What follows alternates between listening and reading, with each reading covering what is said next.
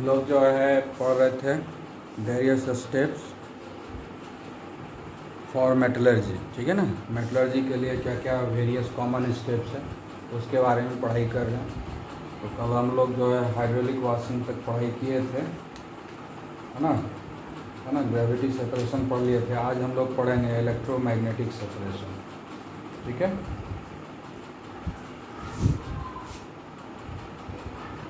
तो ये चौथा होगा इलेक्ट्रोमैग्नेटिक सेपरेशन।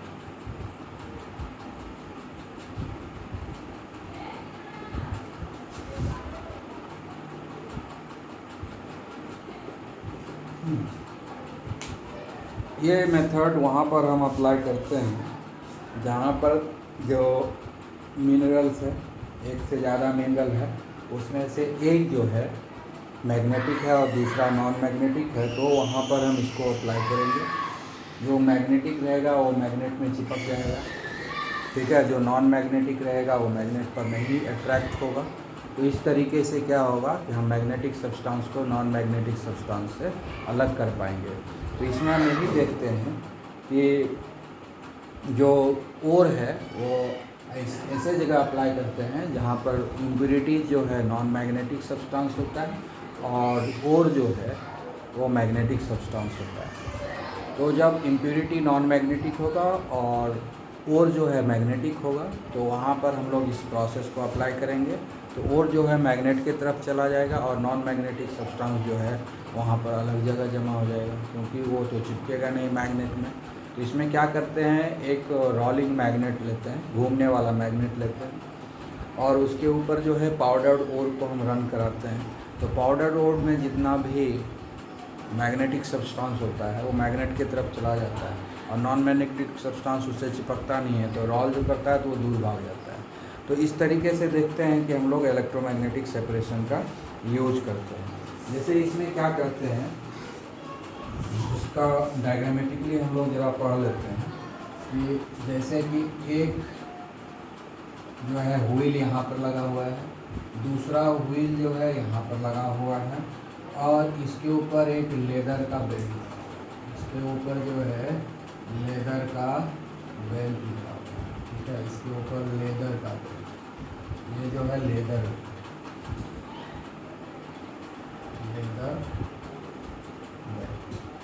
लेदर बेल्ट है, इससे घूमता है ये, ठीक है। ये जो है ये नॉन मैग्नेटिक व्हील है, नॉन मैग्नेटिक व्हील है ये। और ये जो है ना मैग्नेटिक व्हील है, ये क्या है, मैग्नेटिक व्हील है, मैग्नेटिक व्हील, ठीक है।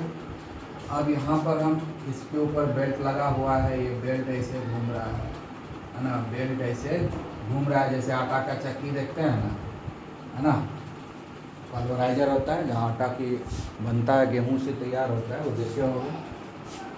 तो अब यहाँ पर हम लोग व्यवस्था कर देते हैं, ठीक है। इससे अब इससे जो है यहाँ पाउडर ओर गिराते हैं, है ना। यहाँ पर क्या देते हैं, पाउडर,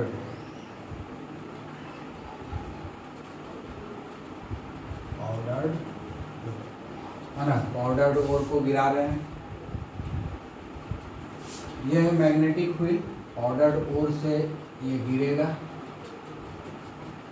ठीक है, पाउडर ओर से ये गिरेगा।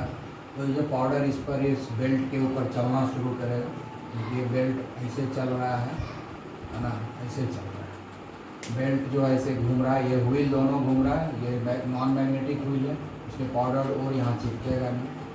अब ये और ये जो व्हील है ये मैग्नेटिक है, तो जैसे ही पाउडर ओर यहाँ आएगा तो ये बेल्ट के ऊपर जो ये लेदर का बेल्ट है ये चलता रहेगा, यहाँ जैसे आएगा तो मैग्नेटिक कांटेक्ट में आ जाएगा, ये तो कंटिन्यू। और जैसे ही ये बेल्ट यहाँ पहुँचेगा मैग्नेटिक इसका जो है कैरेक्टर ख़त्म हो जाएगा, ठीक है। तो क्या होगा कि जो नॉन मैग्नेटिक सब्सटेंस ये बहुत ही स्पीड में घूमता है, जो बेल्ट है ना बहुत ही स्पीड में घूमता है, तो जो नॉन मैग्नेटिक सब्सटेंस है ये तो दूर आ जाएगा, यहाँ गिरेगा। ये कंटेनर एक लगा देंगे, इसमें नॉन मैग्नेटिक सब्सटेंस आएगा, नॉन मैग्नेटिक सब्सटेंस यहाँ आ जाएगा, ठीक है, नॉन मैग्नेटिक सब्सटेंस। और जो मैग्नेटिक कैरेक्टर चूँकि इसमें है तो यहाँ मैग्नेटिक जो ओर होगा वो इसमें चिपक जाएगा, चिपकते चिपकते चिपकते यहाँ तक आएगा, क्योंकि यहाँ तक तो मैग्नेटिक कैरेक्टर है। उसके बाद जो है ये यहाँ गिर जाएगा, क्योंकि यहाँ से मैग्नेटिक कैरेक्टर ख़त्म हो जाएगा, क्योंकि लेदर में तो कोई मैग्नेटिक कैरेक्टर है नहीं, लेदर में कोई मैग्नेटिक कैरेक्टर तो है नहीं। तो जैसे ही इस व्हील से ये अलग होगा तो और तो इसलिए यहाँ पर मैग्नेटिक सब्सटेंस इसमें आ जाएगा, मैग्नेटिक सब्सटेंस इस कंटेनर में आ जाएगा, ठीक है, और नॉन मैग्नेटिक सब्सटेंस इस कंटेनर में आ जाएगा। तो इस तरीके से मैग्नेटिक सब्सटेंस और नॉन मैग्नेटिक सब्सटेंस दोनों को हम सेपरेट कर सकते हैं, ठीक है ना। तो मैग्नेटिक व्हील लिखो या मैग्नेटिक रोलर लिख सकते हो, रोलर लिखो, रोल कला रहा है तो रोलर लिखो, ठीक है। तो इस तरीके से सेपरेशन हो जाएगा, ठीक है। अब हम इसमें कुछ एग्जांपल लेते हैं, जैसे कि एक एग्जांपल है FeO Cr2O3, ठीक है, इसका नाम है क्रोमाइट, ठीक है, ये मैग्नेटिक होता है, मैग्नेटिक इन नेचर, ठीक है, मैग्नेटिक इन नेचर होता है। और इसके साथ जो गैंग होता है वो नॉन मैग्नेटिक है। तो जब ये मिक्सचर को हम लोग इस रोलर के ऊपर डालेंगे तो ये जो क्रोमाइट है वो यहाँ आ जाएगा और ये जो गैंग है यहाँ जमा हो जाएगा, तो ओर और गैंग दोनों का सेपरेशन हो जाएगा। तो जब हम इसको इस क्रोमाइट को हम उसके इम्प्यूरिटी से अलग करना है, इसमें इस रोलर को चलाएंगे, यहाँ से पाउडर ओर आएगा और यहाँ पर क्या होगा, नॉन मैग्नेटिक सब्सटेंस कौन है, गैंग है, इम्प्यूरिटीज़ है, वो आगे यहाँ आके गिर जाएगा और मैग्नेटिक सब्सटेंस जो ये है वो आके इस कंटेनर में जमा होगा, ठीक है। और भी एग्जांपल हम लेते हैं, दूसरा एग्जांपल लेंगे हम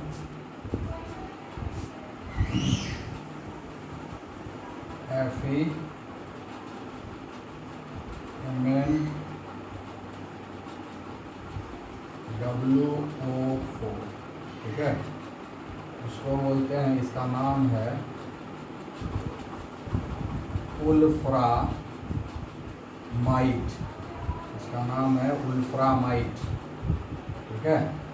यह है टंगस्टन, ओर ऑफ टंगस्टन है, ओर ऑफ टंगस्टन, क्या ओर ऑफ टंगस्टन है। तो इसको सेपरेट करते हैं और इसके साथ में जो गैंग है ना, गैंग जो यहाँ पर है वो है SnO2, ये जो है मैग्नेटिक है, ये जो है मैग्नेटिक है और ये नॉन मैग्नेटिक है,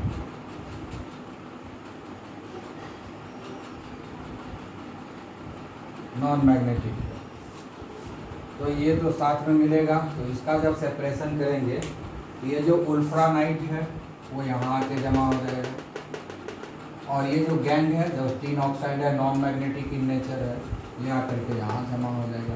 इसके पाउडर को हम यहाँ गिराएंगे, नॉन मैग्नेटिक सब्सटेंस ये जो है टीन ऑक्साइड यहाँ के जमा होगा और ये जो वुल्फ्रामाइट है ये tungsten oxide, iron magnesium tungsten oxide, ये आकर के जो है मैग्नेटिक कैरेक्टर है जैसे घूमते हुए यहाँ आ जाएगा। इस तरह से हम लोग सेपरेशन करते हैं, इसको बोलते हैं इलेक्ट्रोमैग्नेटिक सेपरेशन। इसलिए इलेक्ट्रोमैग्नेटिक सेपरेशन बोलते हैं क्योंकि ये व्हील परमानेंट मैग्नेट नहीं है, टेम्पररी मैग्नेट है। जब तक इलेक्ट्रिसिटी सप्लाई करेंगे, जब तक ये व्हील घूम रहा है तभी तक उसमें मैग्नेटिक कैरेक्टर है, जैसे व्हील स्टॉप हो जाएगा मैग्नेटिक कैरेक्टर नहीं रहेगा, ठीक है। और भी एग्जांपल है, जैसे Fe2O3,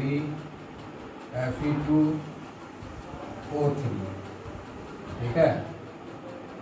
इसको अपने प्लस इम्प्योरिटीज प्लस गैंग का नाम हम नहीं बता रहे हैं। उसके बाद है Fe3O4 प्लस गैंग, ठीक है। उसके बाद है MnO2 प्लस गैंग,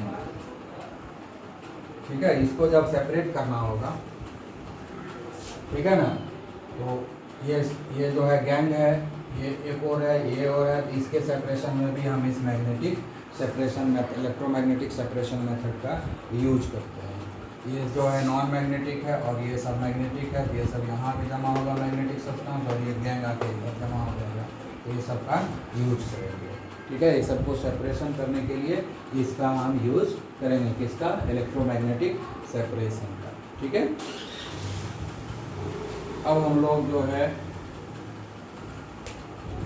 और जो है दूसरा आगे बढ़ते हैं हम लोग। जैसा रोलर है उसी तरह का रोलर रहेगा इसमें भी, ठीक है, लेकिन यहाँ पर थोड़ा मेथड डिफरेंट होगा। इसको बोलते हैं इलेक्ट्रो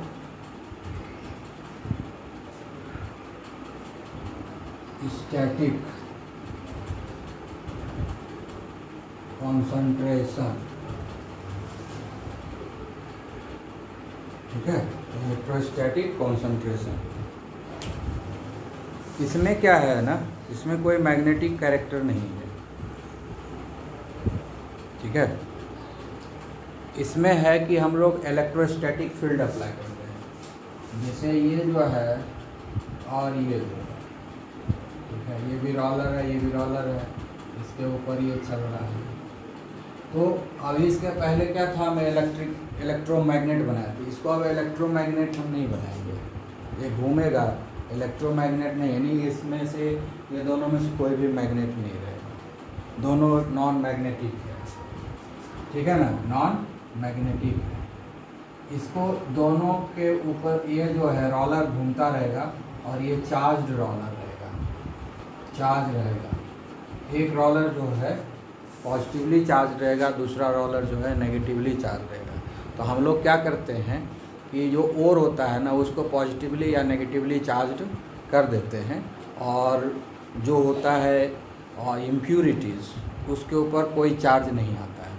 तो चार्ज करने के लिए क्या करते हैं कि जैसे है ये रहेगा नॉन चार्ज, ये क्या है, नॉन चार्ज, ठीक है। इसी तरह से रहेगा,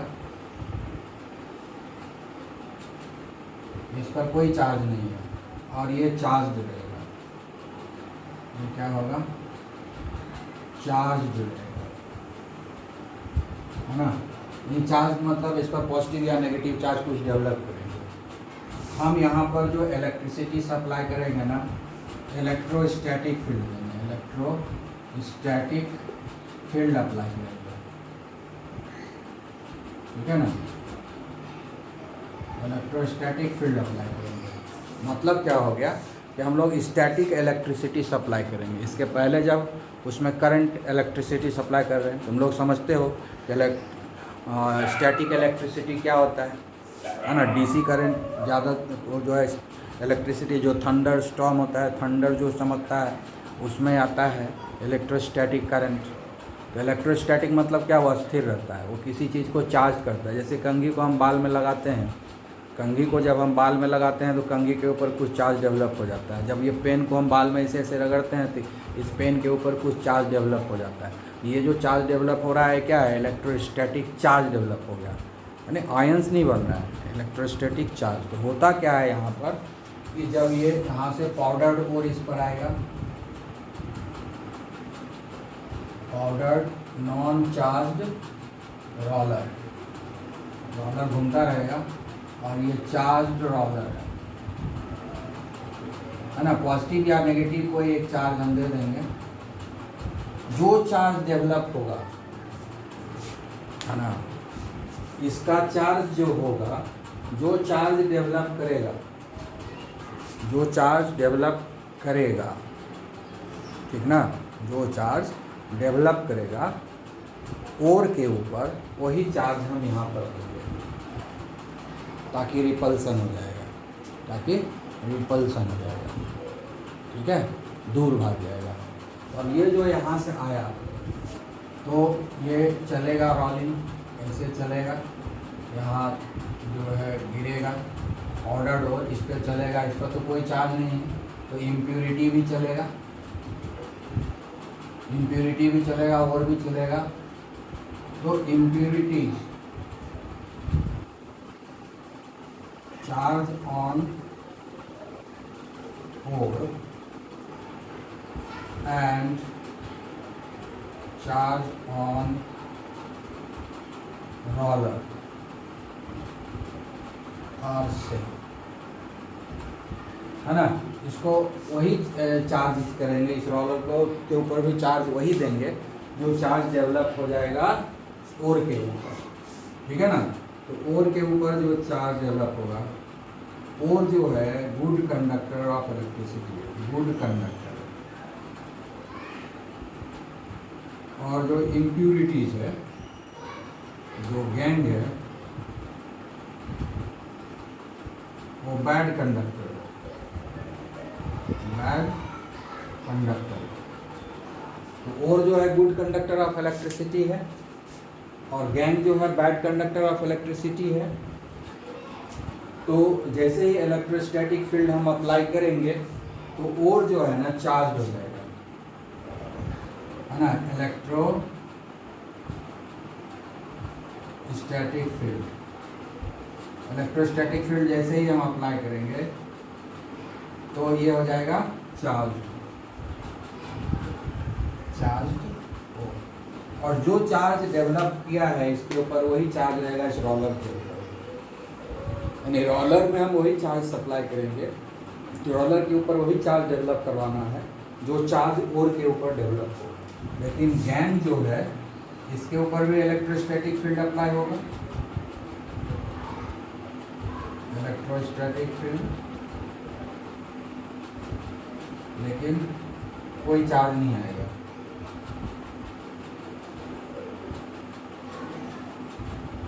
नो चार्ज गैंग के ऊपर कोई भी चार्ज नहीं होगा। तो जैसे ही ये घूमते घूमते आएगा यहाँ पर, तो चूंकि इसमें जो पाउडर्ड ओर है, इसमें जो ओर है इसके पास जैसे रिपेल होगा उछल के इधर चला जाएगा, उछल के कहीं पर अगल बगल गिर जाएगा।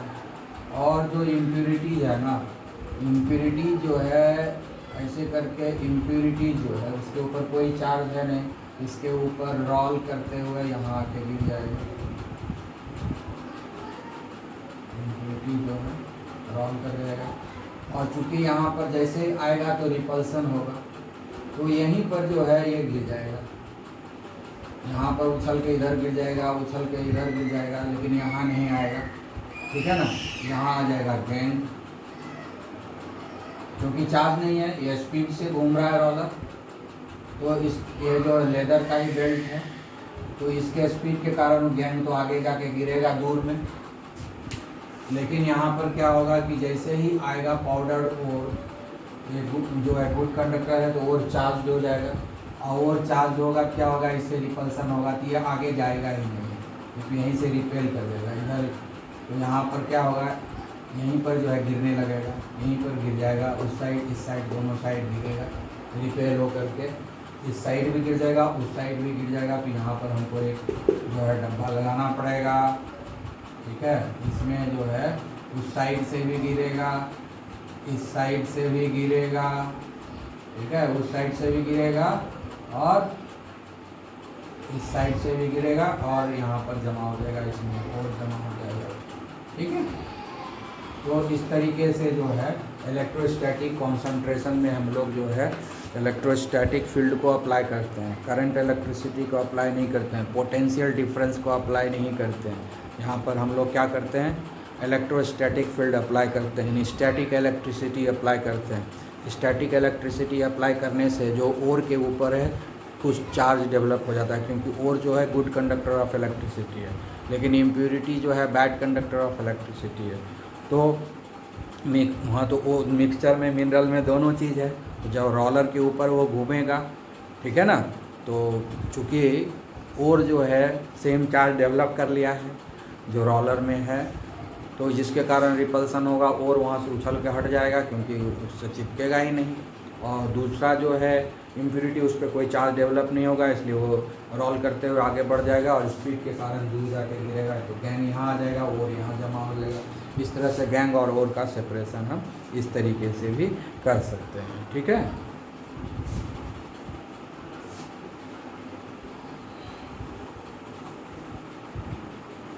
इसका एग्जाम्पल हम दे देते हैं, ठीक है। इसका एग्जाम्पल है lead sulphide plus zinc sulphide occurs together, यानी दोनों हमेशा एक साथ मिलता है। अब दोनों को अलग करना है, ठीक है, दोनों को जो है अलग करना है। इसमें से जो लीड सल्फाइड है ये गुड कंडक्टर है, गुड कंडक्टर है, और ये जो है बैड कंडक्टर है, बैड कंडक्टर है। तो ये क्या हो जाएगा, चार्ज हो जाएगा। गुड कंडक्टर है तो चार्ज हो जाएगा, और इस पर कोई चार्ज नहीं होगा, नो चार्ज, इस पर कोई चार्ज डेवलप नहीं करेगा। तो जब चार्ज हो जाएगा और रोलर के ऊपर भी सेम चार्ज रहेगा, तो रिपल्सन के चलते क्या हो जाएगा, ये लीड सल्फाइड अलग हो जाएगा और जिंक सल्फाइड भी अलग हो जाएगा, दोनों अलग अलग गिरेगा, क्योंकि एक पर चार्ज डेवलप हो गया तो रिपल्सन हो जाएगा, ठीक है, समझ में आ गया।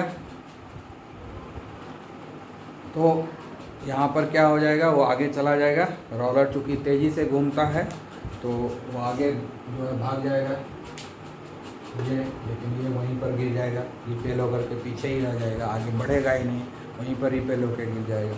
तो इस तरीके से हम लोग जो है इलेक्ट्रोस्टैटिक कॉन्सेंट्रेशन की हेल्प से जो है सेपरेशन करते हैं, ठीक है।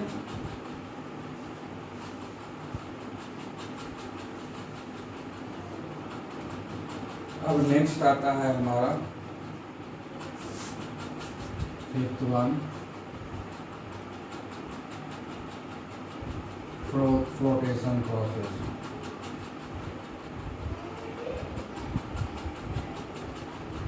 फ्लोटेशन, ठीक है,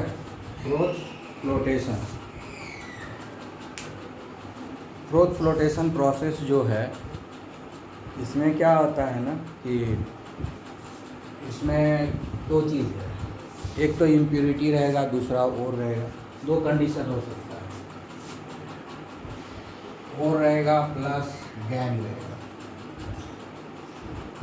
दूसरा हो सकता है वन और रहेगा और गैंग रहेगा। ये जो और है ना, ये जो है कोलाइड्स बन जाएगा, हाँ, कोलाइड्स। और गैंग जो है कोलाइड नहीं बनेगा, गैंग जो है कोलाइड नहीं बनेगा। गैंग जो है ना, ये जो है गैंग कोलाइड नहीं बनेगा, नो कन्वर्जन इन कोलाइड, ठीक है। तो इसमें क्या करते हैं कि और गैंग का जो पाउडर्ड मिक्सचर होता है उसमें हम तेल डाल देते हैं और पानी डाल देते हैं, दोनों डालते हैं, तेल भी डालते हैं और पानी भी डालते हैं। तो तेल क्या करता है कि ओर को भिगा देता है, और पानी जो है गैंग को भिगा देता है, ठीक है। पानी जो है गैंग को भिगाता है ना। गैंग जो है गीला होता है पानी, मतलब ये पानी में चिपक जाता है। गैंग भारी भी होता है और पानी में चिपक जाता है, पानी इसको गीला कर देता है, और ओर को जो है पानी गीला नहीं कर पाता है, ओर को जो है तेल गीला करता है, यानी तेल इसके ऊपर चिपक जाएगा। तो तेल में जो है ये ओर जो है स्प्रेड कर जाएगा, ऑयल में जो है तेल जो है स्प्रेड कर जाता है। एक्चुअली ऑयल क्या है, यहाँ पर जो है ना स्टेबलाइजिंग एजेंट का काम करता है। एक्चुअली यहाँ पर क्या होता है कि हाइड्रोफोबिक सॉल्ट बनता है, हाइड्रोफोबिक सॉल्ट बनता है ना। और जो है वाटर में स्प्रेड होगा, और इसमें जो हम ऑयल देंगे वो स्टेबलाइजिंग एजेंट का काम करेगा। तो ये जो है कोलाइड बनेगा, ये नॉन कोलाइड इन नेचर हो जाएगा। जैसे पानी से भीगेगा तेल, इसमें आएगा, स्टेबलाइजिंग एजेंट यहाँ काम नहीं करेगा। जो हम तेल डालते हैं वो क्या करेगा, और पानी के बीच में एक रिश्ता कायम कर देगा, और पानी के बीच में एक रिश्ता कायम कर देगा। और क्या करेगा, उसके ऊपर एक प्रोटेक्टिव लेयर बना, और के ऊपर तेल क्या करेगा, एक प्रोटेक्टिव लेयर बना देगा। प्रोटेक्टिव लेयर हो गया, ठीक है। अब क्या करते हैं कि तेल और पानी डालने के बाद, पानी तो पूरा मात्रा में रहता है, तेल थोड़ा सा डालते हैं। तेल इतना ही डालते हैं ताकि जितना ज़रूरत हो ओर को भिगाने के लिए, बस उतना ही। तेल पानी सब एक ही चैम्बर में रहेगा। उसके बाद इसमें जो है हम चर्निंग करते हैं, बहुत तेज़ी से घुमाते हैं, और घुमाते समय ये भी व्यवस्था करते हैं कि हवा को अंदर खींचे। तो हवा जब अंदर खिंचाता है और बहुत तेज़ी से जब कोलाइड को हम घुमाते हैं तो झाग तैयार होता है। तो तेल से जो भीग गया है वो झाग में बदल जाता है। तो ये और जो है झाग में बदल जाता है, फिर झाग को हम लोग स्कीम ऑफ करके हटा लेते हैं, ठीक है। तो हम जरा इसका डायग्रामेटिकली देखेंगे।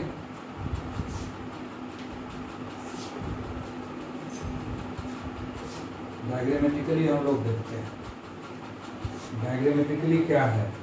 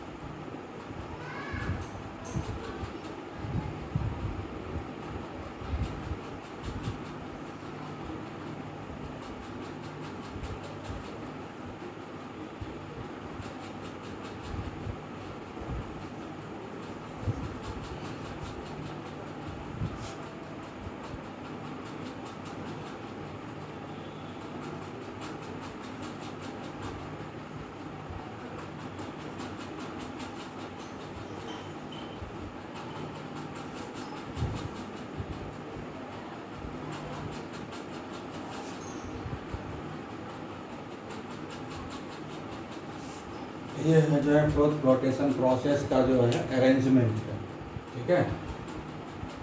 ये एक कंटेनर है, ठीक है, ये एक कंटेनर है। इस कंटेनर मेन पार्ट ये है, इसको हटा। अच्छा, ये दूसरा कंटेनर यहाँ रखा हुआ है। अब क्या है कि इधर से और ऑयल और वाटर सब धीरे धीरे आ रहा है ना। और यहाँ ये जो पंखा लगा हुआ है, जैसे पंखा में 3 ब्लेड रहता है, ऐसे ही पंखा ऐसे लटका हुआ, जैसे सीलिंग फैन लटका हुआ फैन है ना, उसी तरह की समझो कि ये सीलिंग फैन है, नीचे लटका हुआ है। और यहाँ पर बेल्ट लगा हुआ है, यहाँ मशीन रहेगा, इसको घुमाएंगे, इसको हम घुमाएंगे तो ये पंखा घूमेगा। यहाँ पंखा जब घूमता है क्या होता है, ऊपर से हवा नीचे की तरफ खींचता है सीलिंग फैन में। तो इधर से जब ये पंखा घूमेगा तो यहाँ से ये हवा खींचेगा, ठीक है, साथ में हवा तो ये खींचेगा ही, ठीक है ना, हवा तो ये खींचेगा ही, साथ में इधर से जो ओर और ऑयल और वाटर जो धीरे धीरे आ रहा है इस पंखे के ऊपर गिर रहा है, ऑयल वाटर और सबको भी घुमाएगा ये। तो जो पार्ट तेल को भिंगा दिया, जो पार्ट तेल से भींग गया है, और जनरली तेल से भींग जाता है वाटर के प्रेजेंस में, वो झाग में कन्वर्ट हो जाएगा। यानी जो हिस्सा कोलाइड बन गया यहाँ पर, वो झाग में कन्वर्ट हो जाएगा। तो यहाँ पर और क्या होगा, धीरे धीरे झाग में कन्वर्ट होगा और वो झाग धीरे धीरे ऊपर उठेगा और फिर ऐसे ही सलांटिक पोजीशन में तो झाग धीरे धीरे इधर गिरते जाएगा, झाग धीरे धीरे गिरते जाएगा और इस डब्बे में झाग जो है जमा होगा। और उस झाग में क्या आ गया, और आ गया, और इम्प्योरिटी क्या आ गया, इसी कंटेनर में पड़ा हुआ रह गया। तो इस तरह से ये फ्लोटेशन प्रोसेस से हम लोग जो है इम्प्योरिटीज़ और ओर को सेपरेट करते हैं, ठीक है। आई बात समझ में। तो ये हो गया हमारा, इसको हम लोग घुमाते हैं, ये पैडल है, ये हवा खींचता है और साथ में सबको घुमाता रहता है। तो इसमें जो ओर प्लस ऑयल, ऑयल जो है ओर को भिंगा दिया और वाटर जो है इम्प्योरिटी को भिंगाता है ना, वाटर जो है इम्प्योरिटी को भिंगाता है। यानी ये जो ऑयल का काम क्या है यहाँ पर, ये इंक्रीज कर देता है नॉन वेटेबिलिटी ऑफ ओर के भींगने के कैपेसिटी को ये कम कर देता है, डिक्रीजेज द और increases the non wettability of ore, ठीक है ना।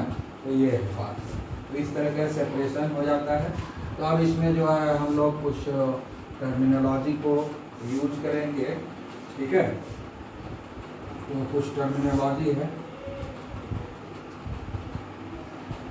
तो ये जो ऑयल है ना, जो ऑयल है इसको हम लोग बोलते हैं कलेक्टर। ये जो ऑयल है ना, इसको बोलते हैं कलेक्टर। क्या बोलते हैं, कलेक्टर बोलते हैं। कलेक्टर क्या क्या होता है, फाइन ऑयल, फाइन ऑयल रहता है, या यूकेलिप्टस रहेगा, यूकेलिप्टस रहेगा, यूकेलिप्टस ऑयल रहेगा, या फैटी एसिड रहेगा, साबुन में जो रहता है फैटी एसिड, और जैंथेट्स रहता है। ये सब जो है यूज़ करते हैं। जो ऑयल लिखे हैं कलेक्टर, तो कलेक्टर इसका नाम इसलिए दिया गया क्योंकि ये ओर को कलेक्ट करता है, ओर को ही ना जमा कर देता है, ठीक है। तो कलेक्टर का काम क्या करता है, increases the non wettability, increases the non wettability, non wettability of वो। कोई चीज़ भींगता है किसमें, यानी भींगने की कैपेसिटी को कम कर देता है और का। कोई चीज़ भींगता है किसमें, पानी में। कोई भी चीज़ भींगता है किसमें, पानी में। जब हम तेल डाल देंगे उसमें तो क्या होगा, और जो है पानी से नहीं भींगेगा, तेल से भींग जाएगा, यानी तेल का कोटिंग आ गया उसके ऊपर, ठीक है। अब यही जो तेल है ना, तेल का कोटिंग होने के बाद जब हम इसको पूरा घुमाएंगे उस पैडल को, तो तेज़ी से घूमेगा तो कोलाइडल सॉल्यूशन में कन्वर्ट हो जाएगा, पानी में ये स्प्रेड कर जाएगा और घुमाते रहेंगे कंटिन्यूसली, तो यही कोलाइडल सॉल्यूशन जो है झाग में कन्वर्ट हो जाता है ना। जैसे कि हम लोग खींचते रहते हैं कपड़ा खींचते हैं, तो उसमें क्या है, कि उसमें जो है साबुन क्या करता है, यही ऑयल का काम करता है, फैटी एसिड लिखे हैं ना, और झाग को बढ़ा देता है, कोलाइडल सॉल्यूशन बनता है और उस कोलाइडल सॉल्यूशन को झाग में कन्वर्ट कर देता है, क्योंकि हवा उसमें ट्रैप कर देता है। यहाँ पर भी जो है हवा यहाँ ट्रैप कर रहा है, घुमा रहा है तेजी से। तो कलेक्टर का काम क्या है, increase the non wettability of the oil. Collector कौन है, ये ऑयल है। कलेक्टर कौन है, ये ऑयल है। ऑयल क्या करता है कि ओर का झाग बनने का कैपेसिटी बढ़ा देता है, यानी ओर का जो है पानी में गीला होने के कैपेसिटी को कम कर देता है। ओर का पानी के साथ गीला होने का कैपेसिटी को कम कर देता है, यानी नॉन वेटेबिलिटी यानी ना भीगने की क्षमता को बढ़ा देता है। और तेल उसके ऊपर एक कोटिंग चढ़ा देता है। किसके ऊपर, ओर के ऊपर तेल का कोटिंग चढ़ जाता है। ओर के ऊपर तेल का कोटिंग चढ़ जाता है। तेल का coating eucalyptus oil, fatty acid, जेंथेम, किसी का भी कोटिंग चढ़ जाएगा जो हम उसमें डालेंगे। ठीक है, तो तेल का कोटिंग चढ़ गया। अब क्या होगा, जैसे ही हम यहाँ घुमाएंगे, ये हवा भी खींचेगा और तेज़ी से घुमाएगा, तो क्या होगा, और जो है पानी के को डिस्पर्सन मीडियम बना लेगा और जो है डिस्पर्स फेज बन जाएगा, और यहाँ पर एक कोलाइडल सॉल्यूशन बन जाएगा और का, जिसमें ऑयल जो है स्टेबलाइजिंग एजेंट का काम करेगा, जिसका दूसरा नाम यहाँ पर कलेक्टर दिया गया। स्टेबलाइजिंग एजेंट का तो और हो गया। अब वो ये जो कोलाइडल सॉल्यूशन बन गया, कोलाइडल सॉल्यूशन को जब हम तेज़ी से घुमाते हैं तो वो झाग पैदा करता है। दूध को तेज़ी से घुमाओ, देखो उसमें भी झाग पैदा होगा, और वो झाग ऊपर में आता है, हम झाग को हटाते जाते हैं। तो उसी तरह से इसमें झाग जो है फ्रोथ बनते गया, है ना, फ्रोथ बनते गया ओर का, और वो फ्रोथ धीरे धीरे धीरे धीरे खिसकते हुए यहाँ आके गिर गया। ठीक है, तो इस तरीके से और यहाँ आके जमा हो गया, यहाँ आके और जमा हो गया, और नीचे जो है इम्प्यूरिटी जमा हो जाएगा, है ना। यहाँ पर क्या हो जाएगा, इम्प्यूरिटी जमा हो जाएगा। तो इस तरीके से जो है हम फ्रोथ फ्लोटेशन प्रोसेस से ये काम करते हैं। और ये जो फ्रोथ फ्लोटेशन प्रोसेस है ना, ये सिर्फ सल्फाइड ओर के लिए होता है। ये जो फ्रोथ फ्लोटेशन प्रोसेस है ना, ये सिर्फ सल्फाइड ओर के लिए ही होता है। सल्फाइड ओर में ही सिर्फ हम अप्लाई करते हैं, बाकी किसी में ये नहीं होता है। तो ये तो केस हम डिस्कस किए कि जिसमें एक ओर है और इम्प्यूरिटी है। तो इम्प्यूरिटी जो है यहाँ जमा रह जाएगा, और ओर जो है झाग बन के बाहर निकल जाएगा, और यहाँ पंखा लगा रहेगा, ये झाग जल्दी जल्दी सूखता जाएगा, और सारा जो है यहाँ पर हमको मिल जाएगा, वो सूख करके इस कंटेनर में मिल जाएगा। यहाँ फैन लगा देंगे ताकि झाग जल्दी जल्दी सूख जाए। ठीक है, तो इस तरीके से हम जो है सेपरेट कर लिए। लेकिन समस्या ये आती है कि ज़्यादातर जो सल्फाइड ओर होता है ना, वो अकेले नहीं आता है, एक से ज़्यादा सल्फाइड ओर साथ में मिलता है। तो उस केस में क्या करेंगे कि उस केस में अगर हम जैसे अभी एक तेल देंगे, तो जो भी सल्फाइड ओर होगा वो सारा तो झाग बन जाएगा, तो सब सल्फाइड ओर एक साथ नहीं आ जाएगा, तो सेपरेशन नहीं होगा। इम्प्यूरिटी भले यहाँ रह जाएगा, लेकिन सल्फाइड ओर तो सारा आ जाएगा, सारे सल्फाइड और झाग में बदल जाएगा, क्योंकि सल्फाइड और जो है कोलाइडल सॉल्यूशन बना लेगा पानी के साथ रोटेट करने से, तो सब झाग में कन्वर्ट होगा और एक साथ। तो फिर यहाँ झंझट ही रह गया सेपरेशन का, क्योंकि एक से ज़्यादा जो है सल्फाइड और है। तो ऐसे केस में क्या करते हैं ना कि कलेक्टर तो देते ही है ना, साथ में एक और एजेंट डाल देते हैं। एजेंट उसका नाम है सप्रेसेंट। उसका क्या काम है कि वो क्या करता है कि इसमें से एक सल्फाइड और का जो है, ये जो नॉन वेटेबिलिटी है ना, इसको घटा देता है। यानी अब वहाँ पर एक से ज़्यादा सल्फाइड ओर है, तो एक ही सल्फाइड ओर को छोड़ेगा कोलाइडल सॉल्यूशन बनाने के लिए, बाकी सल्फाइड ओर को इसी में रहने देगा। ठीक है ना। तो उस केस में जो वर्ड यूज करते हैं उसको हम लोग क्या बोलते हैं,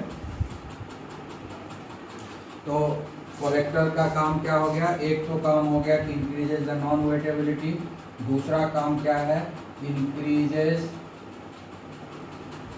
द स्टेबिलिटी ऑफ फ्लोथ। जितना ज़्यादा फ्लोथ बनेगा उतना ज़्यादा सेपरेशन होगा। तो दो काम करता है, ठीक है, collector increases the stability of the froth and increases the non wettability of the ore. ये दो काम करता है कलेक्टर का। तो कलेक्टर तो समझ गए क्या है। अब इसमें और एक टर्मिनोलॉजी हम लोग लेंगे।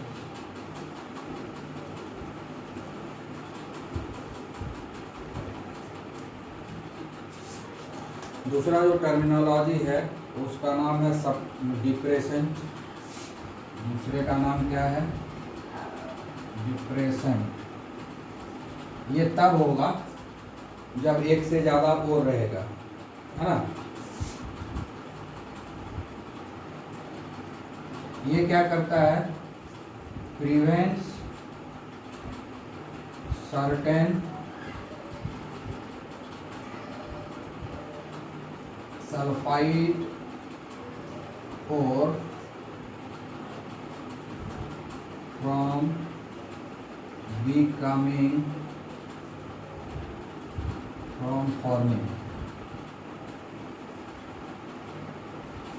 forming the fruit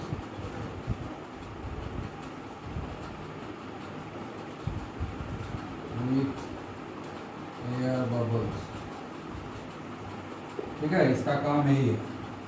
डिप्रेसेंट क्या करेगा कि अगर एक से ज़्यादा सल्फाइड और रहेगा तो उसमें से सिर्फ एक को जो है, और उसमें तो पहले से ही कलेक्टर दिया हुआ है, ये है, तो कलेक्टर डालने के कारण जो है सारे जिंक सल्फाइड को जो है गीला कर देगा। तो ऑयल डालने से पहले हम लोग क्या करते हैं कि उसमें हम डिप्रेसेंट डाल देते हैं। डिप्रेसेंट डाल देते हैं तो सेलेक्टिवली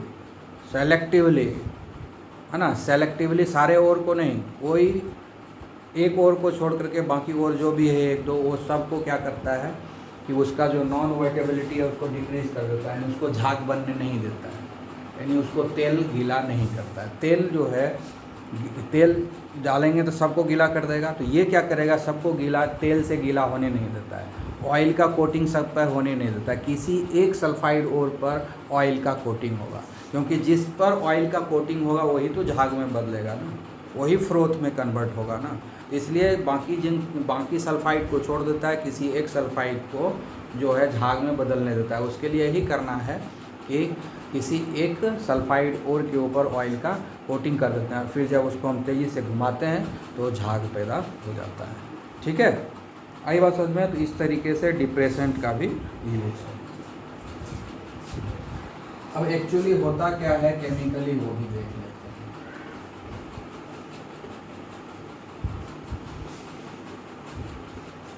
होता एक्चुअली ये है, जैसे ये जिंक सल्फाइड है, अभी तुरंत हम लोग बात किए थे दूसरे मेथड से इस दोनों को सेपरेट किए थे। अभी जो है फ्रोथ फ्लोटेशन प्रोसेस से भी सेपरेट करते हैं।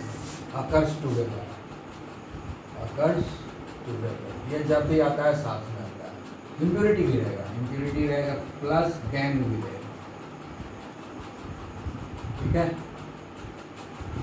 गैंग भी है, तो गैंग को तो हमको नहीं चाहिए, ये दोनों निकालना है हमको। एक बार में दोनों निकालेंगे तो फिर सेपरेशन दोनों, अगर हम सिर्फ और सिर्फ जो है कलेक्टर डालेंगे तो ये दोनों झाग में बदल जाएगा। ठीक है, अगर हम सिर्फ कलेक्टर डालेंगे ये दोनों झाग में बदल जाएगा, तो फिर से झंझट हो जाएगा जिंक सल्फाइड और लीड सल्फाइड को सेपरेट करने। ये तो झाग में नहीं बदलेगा कलेक्टर के डालने से, ये तो सेपरेट हो जाएगा, लेकिन ये दोनों तो झाग में एक साथ कन्वर्ट हो जाएगा, फिर हमारे लिए झंझट हो गया इस दोनों को सेपरेट करने का।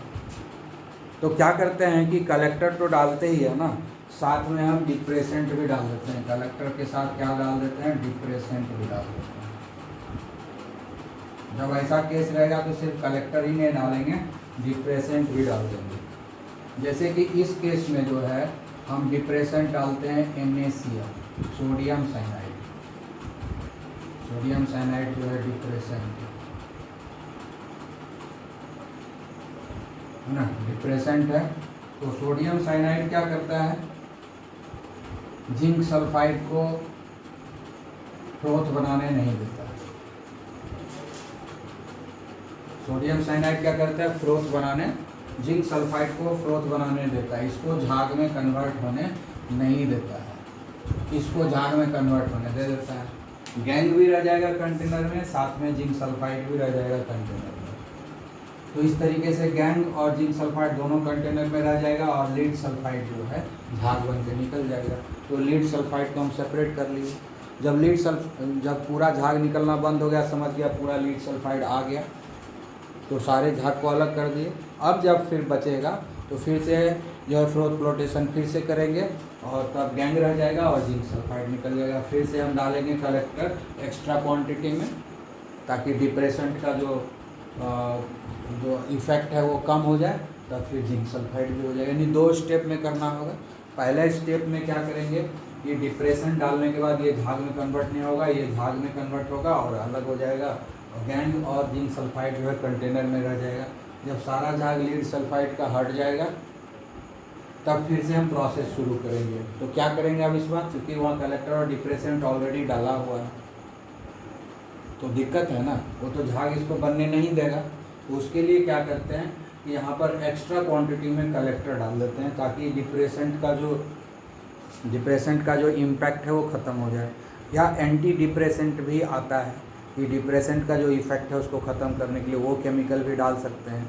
या एक्सेस क्वांटिटी में कलेक्टर डाल देंगे, जैसे एक्सेस क्वांटिटी में कलेक्टर डालेंगे डिप्रेसेंट का इफ़ेक्ट ख़त्म हो जाएगा। और फिर से जब एक्सपेरिमेंट करेंगे तो निकल ही चुका, अब ये बचा और ये बचा है, तो अगली बार क्या होगा, ये जिंक सल्फाइड झाग में कन्वर्ट हो जाएगा और गैंग जो है कंटेनर में ही पड़ा रह जाएगा। तो इस तरीके से क्या होता है कि मिक्सचर ऑफ सल्फाइड और रहेगा तो हमको कलेक्टर के साथ साथ डिप्रेसेंट की भी ज़रूरत पड़ेगी। एक्चुअली होता क्या है यहाँ पर हम बताते हैं केमिकल रिएक्शन। सोडियम साइनाइड क्या है, डिप्रेसेंट है।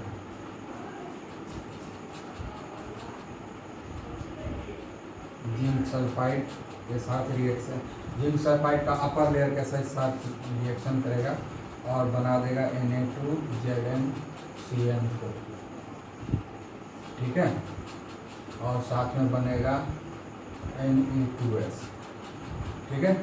ये जो कॉम्प्लेक्स बना ना, इसी का लेयर बन जाएगा।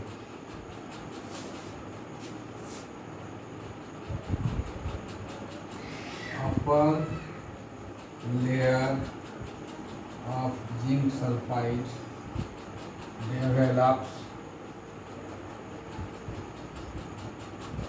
coating of zinc complex, है ना, जिंक कॉम्प्लेक्स यही है, इसका नाम क्या है, सोडियम टेट्रासियानो जिंकेट,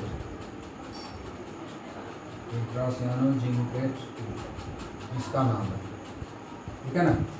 तो ये जो सोडियम जिंक का कॉम्प्लेक्स है ना, जिंक सल्फाइड के ऊपर डेवलप हो जाए, यानी जिंक सल्फाइड का एक तरह से बोलो तो कोरोजन करवा दिए, रस्टिंग करवा दिए, जिंक सल्फाइड का एक तरह से रस्टिंग करवा दिया। अपर लेयर में डेवलप हो गया ये जब डेवलप हो जाएगा तब ये जो है कलेक्टर इसको भिंगा नहीं पड़ेगा, तेल का कोटिंग इस पे आ नहीं पाएगा, ये भारी हो गया, नीचे ही पड़ा रहता है, ठीक है।